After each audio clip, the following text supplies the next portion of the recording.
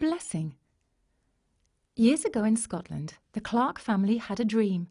Clark and his wife worked and saved, making plans for their 9 children and themselves to travel to the United States. It had taken years, but they had finally saved enough money and had gotten passports and reservations for the whole family on a new liner to the United States. The entire family was filled with anticipation and excitement about their new life. However, 7 days before their departure, a dog bit the youngest son.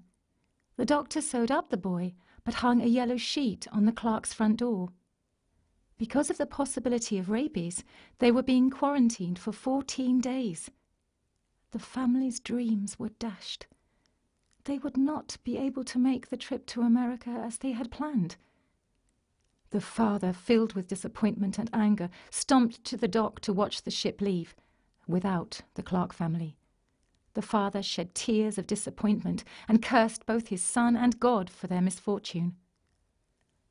5 days later, the tragic news spread throughout Scotland. The mighty Titanic had sunk. The unsinkable ship had sunk, taking hundreds of lives with it. The Clark family was to have been on that ship, but because a dog had bitten the son, they were left behind in Scotland. When Mr. Clark heard the news, he hugged his son and thanked him for saving the family. He thanked God for saving their lives and turning what he had felt was a tragedy into a blessing.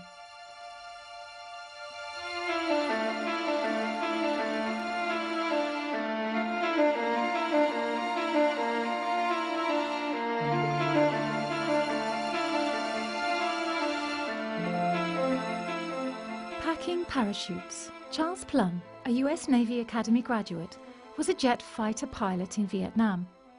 After 75 combat missions, his plane was destroyed by a surface-to-air missile.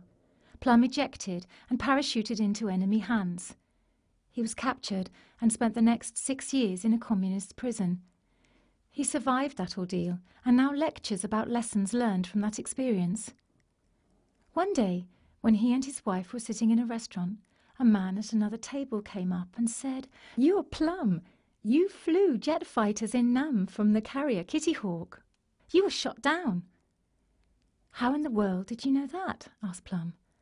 "Oh, I was the one who packed your parachute," the man replied.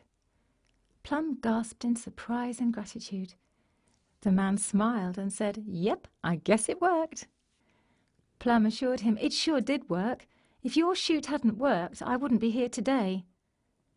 Plum couldn't sleep that night, thinking about the man who has packed his parachute. Plum kept wondering what the man might have looked like in a Navy uniform. I wondered how many times I might have passed him on the Kitty Hawk. I wondered how many times I might have seen him and not even said good morning, how are you, or anything. Because you see, I was a fighter pilot and he was just a sailor. Plum thought of the many hours the sailor had spent on a long wooden table in the bowels of the ship, carefully weaving the shrouds and folding the silks of each chute, holding in his hands the fate of someone he didn't know. Now Plum asks his audiences, "Who's packing your chute?" Everyone has someone who provides what they need to make it through the day. Plum also points out that we all need many kinds of parachutes. We need mental, emotional, and spiritual parachutes as well. While a prisoner of war, Plum called on all of these supports before reaching safety. His experience reminds us all to prepare ourselves to weather whatever storms lie ahead, and to recognize and appreciate all of those people who pack our parachutes every day, for they are the ones who truly deserve the credit for our survival.